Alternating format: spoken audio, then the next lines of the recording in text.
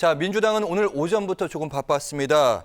특검법에 이제 표결을 앞두고 있었기 때문인데 전의를 다니는 그런 부분도 있었습니다. 함께 보고 오시죠. 누가 장화를 신고 거센 물살 속에 들어가도록 지시했는가? 누가 아무런 보호장비도 없이 작전을 진행하도록 지시했는가? 7월 31일 휴가 중인 국방부 장관의 걸려온 유선전화 02800-7070은 누가 쓰던 전화인가? 8월 2일 대통령의 개인 휴대폰은 왜 그리 급박하게 움직였는가? 수사 결과 보고서는 누구의 지시로 회수되었는가? 누가 박정훈 대령에게 누명을 씌웠는가? 누가 주범이고 누가 공범인가? 어렵게 얻은 아들을 떠나보낸 어머니의 한을 풀어드려야 합니다. 그런데 지금 이 순간에도 국민의힘은 특검법 통과를 방해하고 있습니다. 대체 왜, 무엇을 위해서, 누구를 위해서 이 국민의 명령을 정면으로 거부하고 있습니까? 네, 이번 사건에 대한 본질이 무엇인지 다시 한번 생각해 볼 수 있었던 박찬대 원내대표의 그런 질문들이었는데 여기에 공감하시는 부분도 있고 이런 부분은 좀 아니다 이렇게 생각하시는 분도 있으실 텐데 필리버스터는 지금 24시간 진행되기 때문에 예정대로라면 지금 시간이 3시 40분, 한 3시 40분에서 45분 사이에 곧 종료가 되고요. 제적의원의 5분의 3 이상이 찬성하게 되면 종료, 그 뒤에는 안건 표결입니다.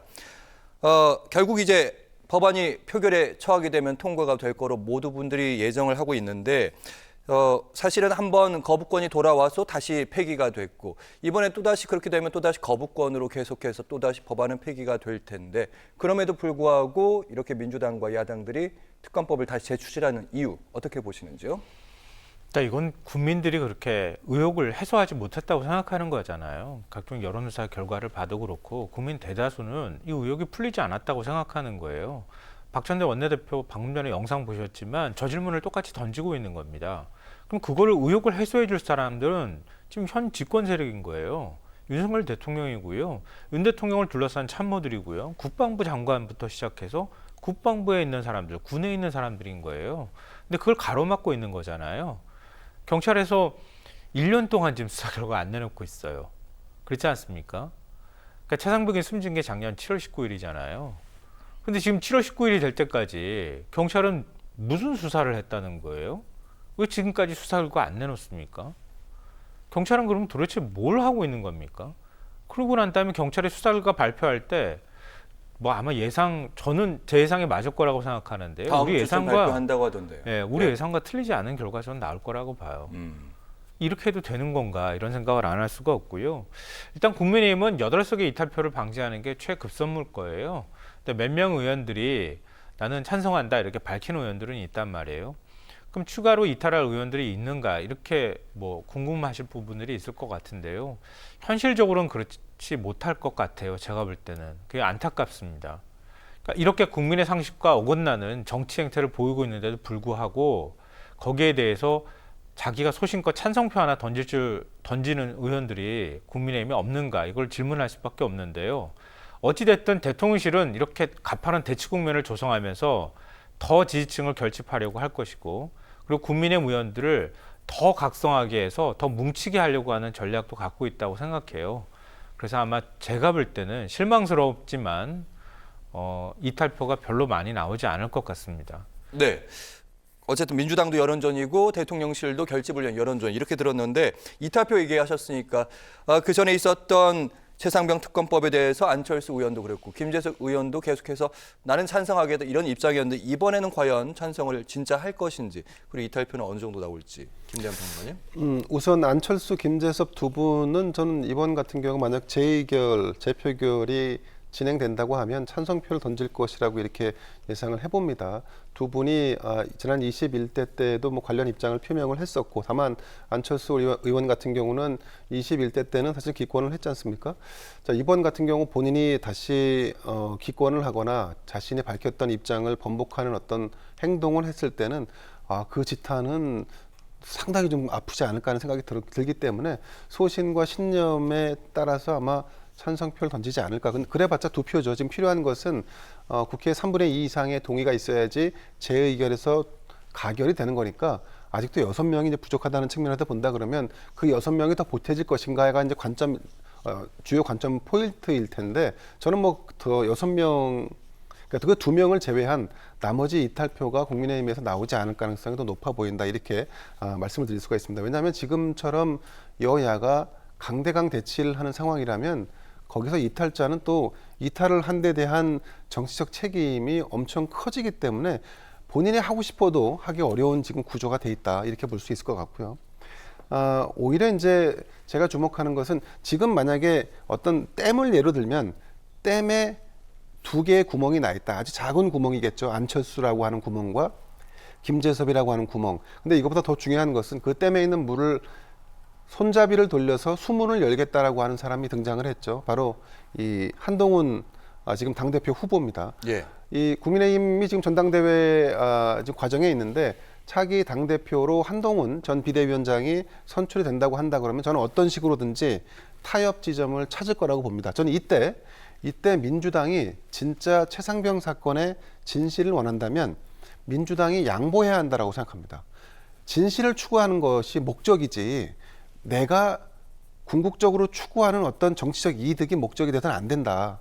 그런 측면에서 본다 그러면 한동훈도 상당 부분 유연성을 발휘할 수 있는 공간을 열어주고 민주당도 최대한 진실을 규명할 수 있는 그 구조를 짜서 협상을 해야 되고 그렇게 가결돼야 한다라고 보는데 다만 이렇게 됐을 때 그러면 이제 문제는 국민의힘입니다. 만약에 그렇게 해서 한동훈 차기 당대표 체제에서 가결시켰다라고 한다면 예. 한동훈은 살겠지만 윤석열 대통령은 그야말로 나락으로 떨어질 수 있는 상황에 처하게 되고 반대로 한동훈이 주장했는데 그래도 부결됐다라고 한다면 한동훈은 당선되자마자 불신임이 되는 겁니다. 그러니까 이런 딜레마를 과연 국민의힘이 그러니까 해소할 수 있을까? 저는 그래서 당대표가 선출되기 전에 여야 합의를 도출해내서 그러니까 추경호 원내대표의 역할이 중요하다고 봅니다. 더 최악의 상황으로 가기 전에 무언가 조기에 협상을 끌어내는 것이 지금 저는 추경호 원내대표가 해야 될 아주 중요한 미션이라고 봅니다. 네, 그러니까 제3자 특검법에 대해서 한동훈 후보가 계속해서 추진하고 있는데 대법원장이 추천을 한번 해보도록 하자 특별검사에 이런 얘기인데 민주당에서는 여기에 대해서 손사래를 쳤다가 지금 뭐 천하람 원내대표 개혁신당 같은 경우에도 아니면 대한변협 가자 뭐 이런 얘기 했다가 이거 조국혁신당 쪽에서는 그럼 우리는 특별검사 추천하지 않겠다 이렇게 약간의 양보안도 좀 내고 있는 거 보면 뭔가 정말로 추진될 수 있는 그런 빈틈이 있는 거 아닌가 이런 생각도 좀 듭니다. 그건 뭐 여야가 논의는 할 수 있다고 보는데요. 저는 그렇게 실효성이 있다고 생각하지는 않아요. 근데 어찌됐든 간에 한동훈 후보가 기존 대통령실이라든가 아니면 국민의힘이 주장해왔던 거하고 다른 결의 주장을 지금 하고 있는 거잖아요. 근데 그 부분에 대해서 그러니까 대화할 여지나 아니면은 뭔가 협상할 여지가 없는 것은 아니다. 더군다나 조국혁신당에서 원래 지금 이제 그 국회에서 통과시키려고 하는 법안 안에는 특검 추천권을 민주당이 한 장 갖고, 그러니까 여당은 배제하고요. 그리고 비교섭단체에서 한 장을 행사하는, 그러니까 2명을 추천하는 것으로 돼 있단 말이에요. 근데 조국혁신당이 가장 의석이 많기 때문에 조국혁신당이 비교섭단체의 몫을 행사할 수가 있어요. 근데 그걸 내려놓겠다. 이러면서 일종의 이제 타협의 여지를 둔 거예요. 그러니까 그걸 계기로 해서 여당에서도 전향적인 반응을 보인다고 하면 전혀 뭐 불가능한 것은 아니다. 이렇게 생각은 해요. 근데 좀 한동훈 위원장의 생각이 명확하지가 않아가지고 제가 뭐라고 드릴 말씀이 없는데 왜냐하면 제3자 특검법안 얘기하는데 대한변협은 또 안 된다 그래요. 대한변호사협회가 뭔가 임의단체입니까? 그거 아니잖아요.